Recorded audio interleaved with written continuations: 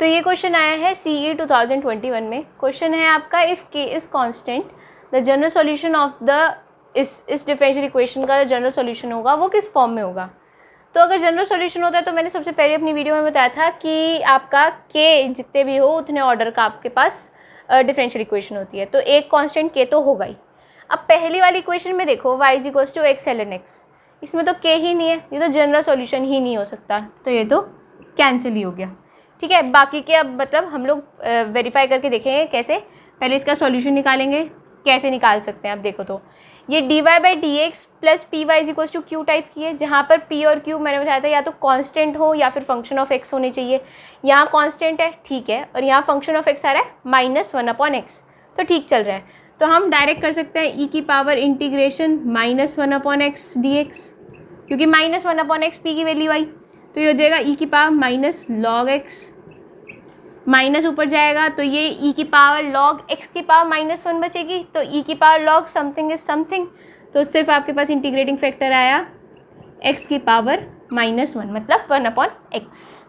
तो अब 1/x into Y solution निकालते हैं, = 1/x इंटू इंटीग्रेट कर लेते हैं, ये आया 1/x इंटू वाई = 1/x का हो जाएगा log x प्लस k, पर क्योंकि log में तो हम इसे ट्राई करते हैं, इसे भी log में ले लेते हो जाएगा log ऑफ k। अब log की प्रॉपर्टी क्या होती है, log a plus log b is log of a b, तो log ऑफ kx, राइट। यहाँ y/x है, तो अगर x इधर जाएगा तो y = आ जाएगा y = x log kx। अब इसमें से देख लो आपका कौन सा वाला सेटिस्फाई कर रहा है। पहला तो पहले ही गलत कर दिया था, ये आ रहा है x k log k, जो कि हमारा आ रहा है x log kx, गलत है। ये k log kx कह रहा है, हम कह रहे हैं x log kx है, तो आपका डी ही ऑप्शन करेक्ट हुआ इससे। तो ये आपका CE में आया था और ये सिर्फ 2 मार्क्स का था, कुछ भी नहीं करना था, सिर्फ फॉर्म पहचाननी थी।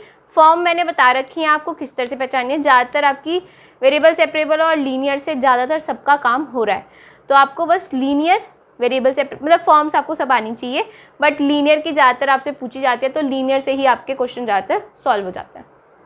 ये लिया हमने क्वेश्चन जो कि CE 2018 में आया है।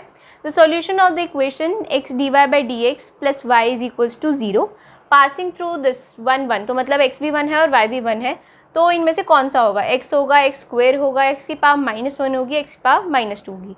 तो सबसे पहले तो आप इसका सोल्यूशन निकालो, तो x dy/dx -y, मैं y को उधर लेके चली गई पहले। अब वेरिएबल सेपरेट हो रहे हैं तो वेरिएबल सेपरेट कर देते हैं, y नीचे आ गया dx/x, साथ में एक के साथ तो माइनस आएगा ही, तो ये आया log y = -log x -log c, इसे आप लिख सकते हो -log x plus log c, ये हो जाएगा माइनस के log cx, log y = minus के log cx, तो log दोनों साइड है तो ये हो जाएगा y = -cx। अब आपको 1 1 सब्स्टिट्यूट करना है, तो 1 सब्स्टिट्यूट करेंगे तो c की वैल्यू आ रही है आपकी y 1 है और -c ये भी 1 है, तो c की वैल्यू आ रही है आपकी -1, c की वैल्यू आई आपकी -1, तो यहाँ सब्स्टिट्यूट कर देते हैं, तो y = -1 इंटू x, तो y = -1 1 हो जाएगा, 1 इंटू x x, तो सिर्फ x आंसर इसका है, जो कि है आपका A option correct.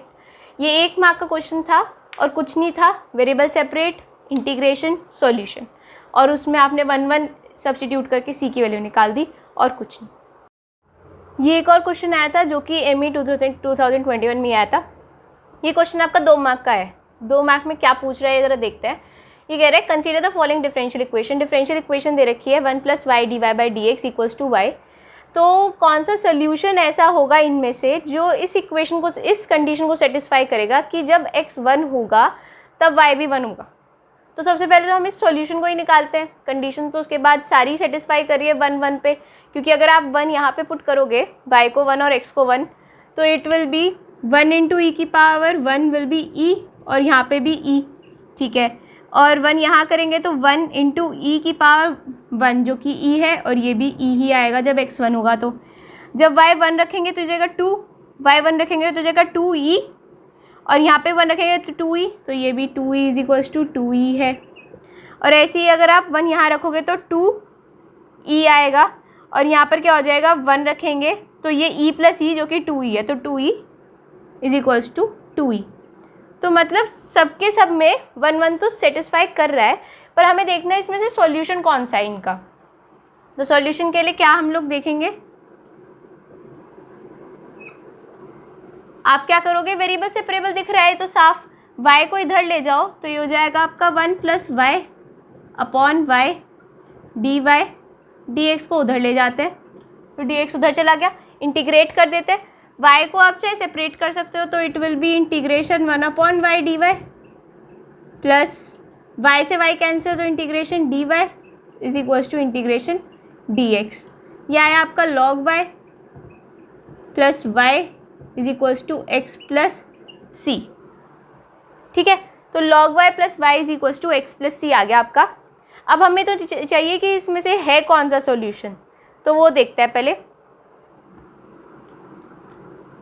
Log y आप एज इट इज रखो is equals to X minus Y plus C. ठीक है, इस तरह से है, y को इधर लेके चली गई मैं। अब लॉग हटाएंगे तो ये सारा एक्सपोनेंशियल में चल जाएगा, तो y is equals to C E की पावर x माइनस वाई। अब e की पावर जो भी होती है तो हम उसे अलग अलग करते हैं, e की पावर x इंटू ई की पावर माइनस वाई, तो ये हो जाएगा y is equals to C E की पावर x इंटू ई की पावर माइनस वाई। ठीक है, अब आप चाहो तो e की पावर माइनस वाई, ये हो जाएगा 1 अपॉन ई की पावर वाई, यहाँ ले आओ तो e की power y into Y is equals to C E की पावर x, तो e की power y into Y is equals to C E की पावर x।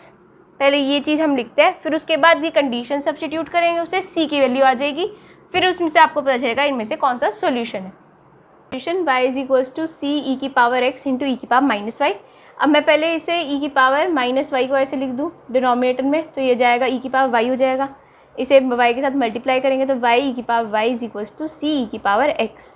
अब y 1 और x 1 डालेंगे तो ये 1 इंटू ई, y भी 1 हो जाएगा, तो ये e बचा, और यहाँ पे भी c e बचा, e से e कैंसिल, c की वैल्यू आ गई 1। c की वैल्यू 1 सब्स्टिट्यूट करेंगे हम इसमें, तो आपके पास इस वाले में कर लेते हैं, तो y e की power y is equals to E की पावर x। कौन सा वाला है, पहले वाला है, तो ऑप्शन ए इसका करेक्ट हो गया। तो ये बहुत ईजी था, सिर्फ आपको वेरिएबल सेपरेबल करके और अपना सॉल्यूशन निकाल के कांस्टेंट की वैल्यू निकालनी थी जो कंडीशन दे रखी है, और आपका सॉल्यूशन आ जाता।